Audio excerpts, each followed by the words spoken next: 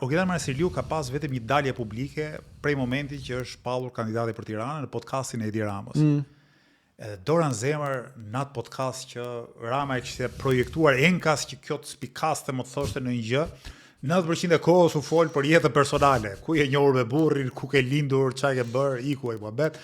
Kur u formë politik, kjo qyqarja sa herë hapte gojën lavdëronte fal jush kryetar, fal jush kryeministër, fal jush, shkëlqësia juaj, domethënë çdo arritje e saj dhe e Shqipërisë ishte fal Edi Ramës.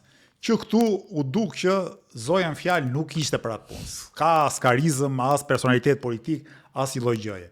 Kam vënë re ditët e fundit që Edi Rama kishte nisur të postonte videot e Marceliut në faqen e vet. Nuk e ka bërë kurrë. Por nuk e ka bërë kurrë që në faqen e vet nxjerr kandidat për t'i promovuar. Do të aq keq ka qenë situata e brendshme në PS, saqë kanë përshtypjen ky ka thënë tani të shpëtojmë çfarë mund të shpëtohet, qoftë do ketë zgjedhje në Tiranë.